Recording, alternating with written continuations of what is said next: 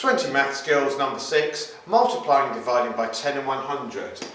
When children see a sum like that, 34 divided by 10, many of them try and solve it like that.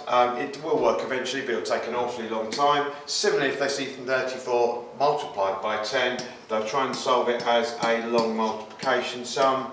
That will work a bit easier, but it takes a while. It's much easier to do it like this. 34 multiplied by 10, move it one place there and add the placeholder 340. 34 multiplied by 100 times 10 times 100. Add in the placeholders 3,400. 34 divided by 10, move it that way, 3.4. 34 divided by 100, divided by 10, divided by 100, add in the placeholder, 0.34. Now, there are 3 rules to this. If you're multiplying a number, you're making it bigger, so you're moving it from the units to the tens to the hundreds. If you're dividing a number, you're making it smaller, you're moving it this way, from the hundreds to the tens to the units to the tenths.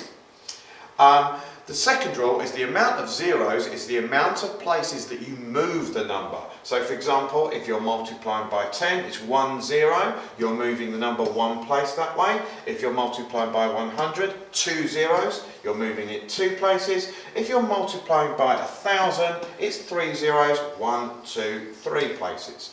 Similarly, if you're dividing by 10, 1 0, 1 place that way. Dividing by 100, 2 zeros, 2 places that way. Dividing by 1,000, 1, 2, 3 zeros, 1, 2, 3 places that way. Now the third rule is the digits do not change. It's just the position of the number that changes. So for example, if you're dividing 62 by 10, it's 6.2. If you're multiplying it by 10, it's 620. If you're multiplying it by 1,000, it's 62,000. If you're dividing it by 100, it's 0.62. In every case, the 62 is still part of the number, but just in a different place value position. Now, let's have a look at some examples. 34 multiplied by 10.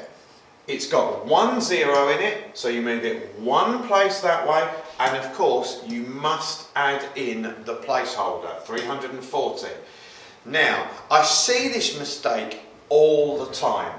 34 multiplied by 10. Children have a half idea that you've got to move that into the hundreds column, and for some reason they just put a 1 in that hundreds column and call it 134. Well, that breaks the rule of the number staying the same and just changing position. The real answer, of course, is you move it 1 place that direction, add the placeholder, 340. 34 multiplied by 100. It's got 1, so it's got 1, 2 zeros, 1, 2 places, add the 1, 2 zeros, 3,400. 34 multiplied by 1,000, 1, 2, 3 zeros, so we're moving it 1, 2, 3 places, mustn't forget the placeholders, 34,000.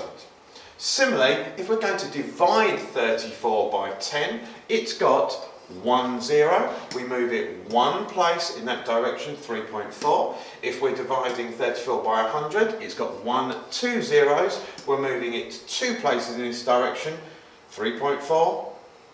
And if we add the placeholder, 0.34.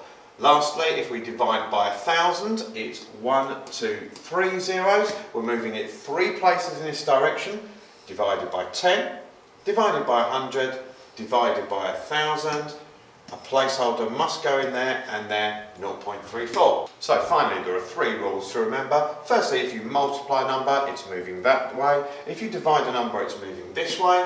Secondly, the amount of zeros in the number is the amount of places you move it. And finally, the digits in the number do not change, they just move.